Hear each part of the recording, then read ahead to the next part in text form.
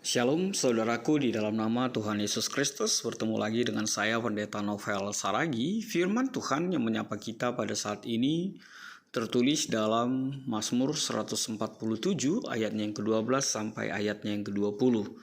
Namun sebaiknya kita bersatu dulu di dalam doa. Kita berdoa.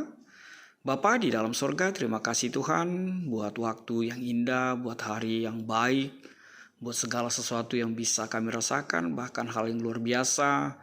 Tuhan memampukan kami, menganugerahkan kami bisa berada di tahun yang baru ini. Tuhan Yesus, satu kerinduan kami mau dengar-dengaran akan firman-Mu.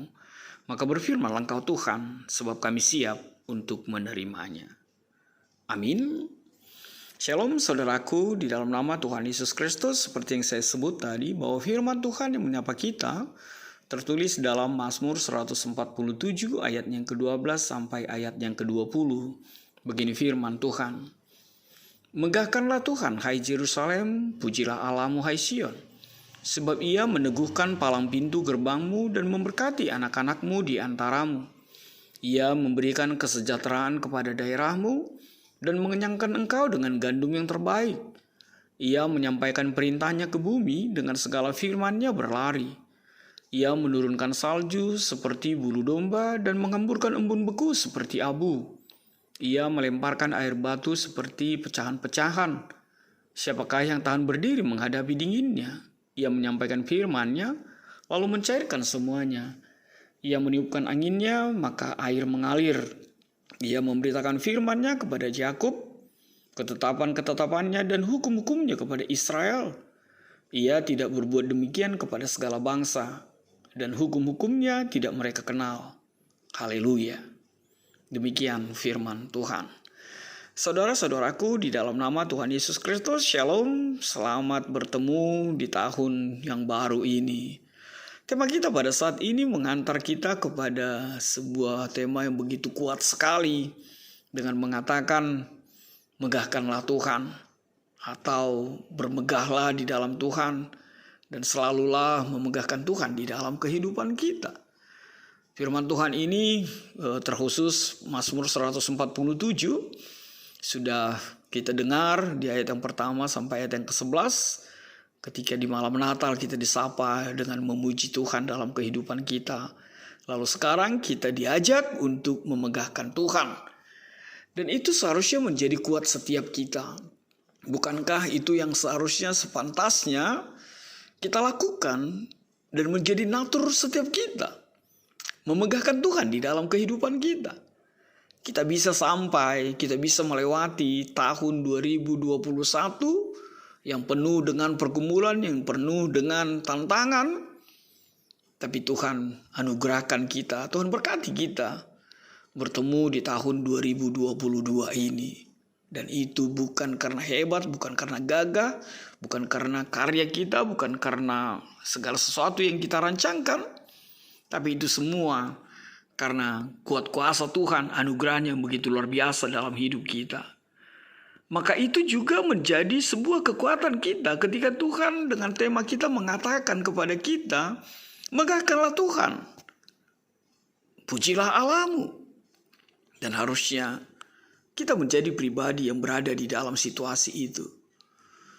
Megah berarti dalam kamus besar bahasa Indonesia berarti mengagumkan. Berarti gagah kuat, mulia, masyhur, atau bangga. Bermegah itu berarti memiliki sifat megah atau bermegah-megahan. Dan itu yang harusnya menjadi kuat setiap kita. Megahkan Tuhan itu berarti kita kagum kepada Tuhan kita. Kita merasakan kuat dan gagahnya. Kita merasakan begitu mulianya Tuhan. Kita merasakan dan memasyurkan nama Tuhan di dalam kehidupan kita. Dan kita bangga punya Allah seperti Dia.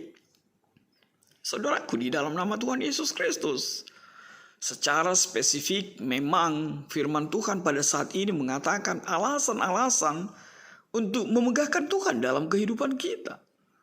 Dimulai dari ayat yang ke-13 sampai ayatnya yang ke-18 itu. Bagaimana sepantasnya kita bermegah atau memegahkan Tuhan di dalam kehidupan kita. Lihatlah apa yang dikatakan mulai dari ayat yang 13 itu. Dikatakan yang pertama itu, sebab ia meneguhkan palang pintu gerbangmu. Saudaraku, palang pintu gerbang ketika dikatakan diteguhkan, berarti itu bicara tentang memasuki. Itu berbicara tentang sesuatu yang kita masuki, yang kita jalani dari awal. Itu semua kita mampu, kita berada, mengawalinya, memasukinya. Itu semua hanya karena karya Tuhan semata. Sama seperti yang saya sebut tadi. Kita bisa memasuki tahun ini sebab Tuhan telah berdiri, sebab Tuhan yang mengantar kita memasuki tahun ini. Lalu apa yang mau disampaikan di dalam meneguhkan palang pintu gerbangmu? Itu tidak lain bicara tentang sebuah gelambang kekuatan di tengah-tengah kehidupan kita. Bukankah gapura itu menjadi simbol kekuatan? Bukankah gapura itu sebagai simbol kemegahan? Itu mengartikan kepada setiap kita bahwa sudah sepantasnya kita bermegah, bahwa sudah sepantasnya kita memiliki keteguhan. Sebab Tuhanlah yang meneguhkan kehidupan kita ketika kita memulai di tahun 2022 ini. Lalu apa yang berikut? Ketika Tuhan mengatakan meneguhkan palang pintu gerbangmu, kita menjadi teringat firman Tuhan yang mengatakan kalau bukan Tuhan yang membangun, maka sia-sialah seseorang membangun rumah. Kalau bukan Tuhan yang berjaga, maka sia-sialah pengawal yang berjaga-jaga. Artinya apa? Ketika Tuhan meneguhkan palang pintu gerbang, Tuhanlah yang menetapkan, Tuhanlah yang menjadi pondasi, Tuhanlah yang menjadi dasar, dan Tuhanlah yang mengkokohkan setiap kita. Lalu pertanyaannya, sudahkah kita bermegah? Sudahkah kita memegahkan Tuhan? Sudahkah kita bangga punya Allah seperti Dia? Lalu firman Tuhan berlanjut, dan memberkati anak-anakmu. Ia memberikan kesejahteraan. Yang pertama dikatakan memberkati anak-anakmu.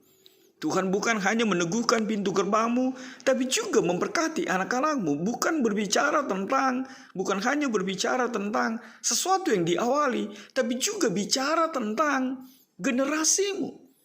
Memberkati anak-anakmu bukan hanya bicara tentang engkau sebagai pribadi, tapi juga keturunanmu, tapi juga generasimu. Bahkan hal yang berikut dikatakan, ia memberikan kesejahteraan kepada daerahmu. Luar biasa sekali. Pemazmur mengajak kita bermegah, memegahkan Tuhan, sebab Tuhan memberikan kesejahteraan kepada daerah kita, kepada lingkungan kita, kepada sekitar kita. Dan itu menjadi kekuatan kita ya, untuk bermegah di dalam Tuhan. Kesejahteraan itu kita peroleh. Lihatlah apa yang terjadi di tengah-tengah kehidupan kita. Kemiskinan itu sudah mulai dientaskan. Kalau ada yang terhempas, pemerintah dipakai Tuhan untuk memberikan bantuan dan lain sebagainya. Artinya tangan Tuhan teramat panjang untuk menolong setiap kita. Bahkan dikatakan Tuhan mengenyangkan engkau dengan gandum yang terbaik. Tuhan juga berbicara tentang sesuatu yang paling kita butuhkan, suatu kebutuhan primer di dalam kehidupan kita. Dia teramat peduli, dia teramat begitu mengasihi kita. Sehingga sekali lagi pantaslah kita bermegah kepada Tuhan. Pantaslah kita memuji Tuhan di dalam kehidupan kita. Dan hal yang luar biasa, semakin lagi kasih Tuhan itu, semakin lagi kekuatan kita bermegah kepada Tuhan. Tidak lain adalah ketika dinyatakan bahwa firman Tuhan juga nyata di tengah-tengah kehidupan kita. Artinya apa? Firman Tuhan itu kekal, janji Tuhan itu nyata, janji Tuhan itu disempurnakan. Dan itu dikatakan oleh ayat yang ke-15 itu. Firman Tuhan nyata, firman Tuhan terjadi, perkataan Tuhan ditepati di tengah-tengah kehidupan kita. Bahkan hal itu menjadi kuat setiap kita menapaki tahun 2022 ini. Maka itu dikatakan di dalam ayat yang ke-18 itu. Ia menyampaikan firman-Nya lalu mencairkan semuanya. Ia meniupkan anginnya maka air mengalir. Ia memberitakan firman-Nya kepada Yakub, ketetapan-ketetapan-Nya dan hukum-hukumnya kepada Israel. Bukan hanya bicara tentang ekonomi, bukan hanya bicara tentang sesuatu yang primer, tapi juga bicara tentang keadilan yang terjadi di tengah-tengah kehidupan kita. Dan itu semua adalah murni hanya karena karya Tuhan di dalam kehidupan kita. Saudaraku, maka bermegahlah, megahkanlah Tuhan di dalam kehidupanmu. Dan apa hal yang luar biasa, semakin menjadi kuat kita menapaki tahun 2022 ini. Kalau kita tidak tahu akan hari esok, aku tahu kan hari esok. Kalau kita tidak tahu apa yang terjadi akan hari esok. Tapi firman Tuhan di ayat ke-20 menjadi kuat setiap kita, menjadi kuat setiap engkau. Apa itu? Ia tidak berbuat demikian kepada segala bangsa. Ia tidak berbuat demikian kepada segala bangsa. Artinya apa? Engkau adalah orang-orang pilihan Tuhan. Engkau adalah bangsa pilihannya. Kita adalah pribadi-pribadi yang dipilih Tuhan di dalam kehidupan kita. Dan semua itu yang diungkapkan di dalam ayat 13 sampai ayat yang ke-18 itu, Yesus katakan, Allah katakan hanya untuk orang-orang pilihannya. Amin. Hanya untuk orang-orang pilihannya. Maka saudaraku, sekali lagi, bermegahlah, megahkanlah Tuhan di dalam kehidupanmu. Hal yang luar biasa yang mau disapa di dalam kehidupan kita. Untuk itu firman Tuhan ini mau mengajak kita, kalau harus bermegah, bermegahlah di dalam Tuhan. Jangan bermegah dengan keberadaan dirimu sendiri. Itu adalah keangkuhan, itu adalah kesombongan yang Tuhan tidak suka terjadi di tengah-tengah kehidupan kita. Sebab kita tidak ada apa-apanya, kita tidak ada artinya. Adapun jabatanmu, adapun pangkatmu, adapun posisimu, atau keberadaanmu di tengah-tengah dunia ini, itu semua hanya titipan semata. Itu semua hanya sesuatu yang dianugerahkan Tuhan kepadamu, agar engkau menjadi berkat bagi orang lain dalam kehidupanmu. Maka jangan bermegah untuk itu semua, tapi bermegahlah untuk Tuhan di dalam kehidupanmu. Seperti apa yang dikatakan 1 Tawarikh 16 ayat 10 dan ayat yang ke-11 itu. Bermegahlah di dalam namanya yang kudus, biarlah bersuka hati orang-orang yang mencari Tuhan.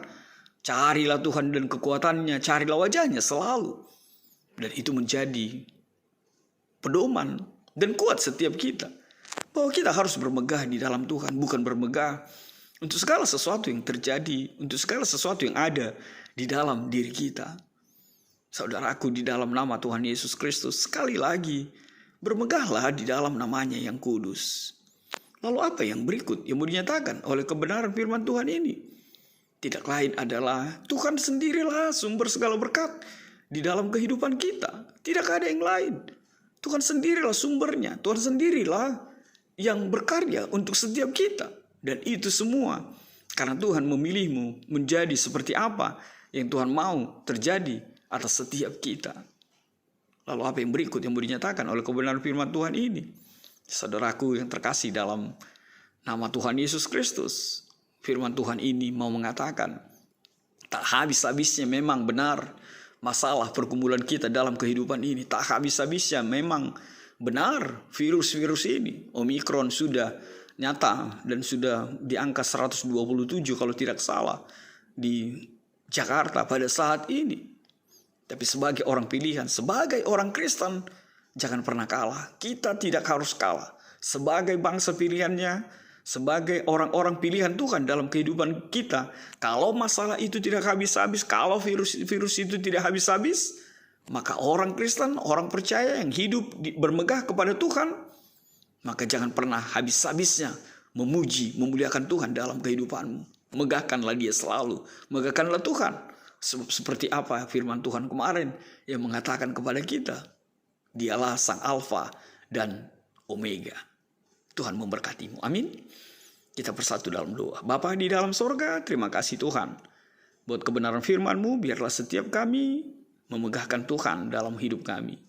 Sebab bukan karena kuat dan hebat kami, semuanya hanya karena pilihan Tuhan, anugerah Tuhan semata dalam hidup kami. Dalam kasih-Mu Tuhan, enyahkanlah virus corona ini. Amin.